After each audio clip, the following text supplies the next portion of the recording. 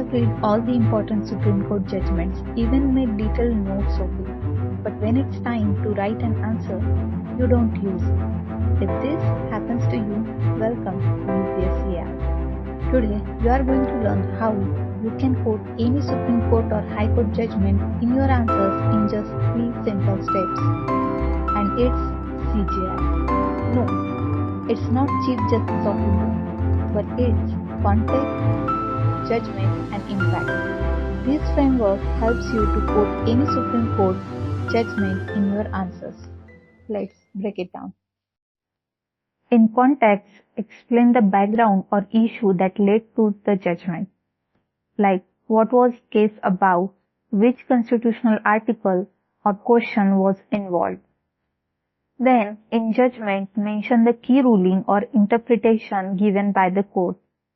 And in impact, analyze the consequences or implications of the judgment.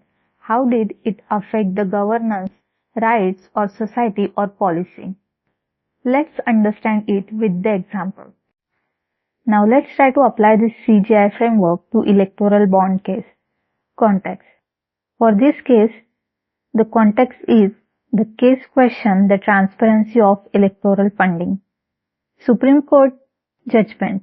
Supreme Court struck down the electoral bonds as unconstitutional, and the impact of this judgment is it promotes transparency, fair elections and curbs anonymous fundings. And together it looks like this. Simple, concise and ready to use in your answers. Let's take one more example. Tamil Nadu versus Governor case. The context for this case. In Tamil Nadu, the governor was delaying assent on several bills passed by assembly. In judgment, Supreme Court said that the governor must act within reasonable time and can't hold bills indefinitely.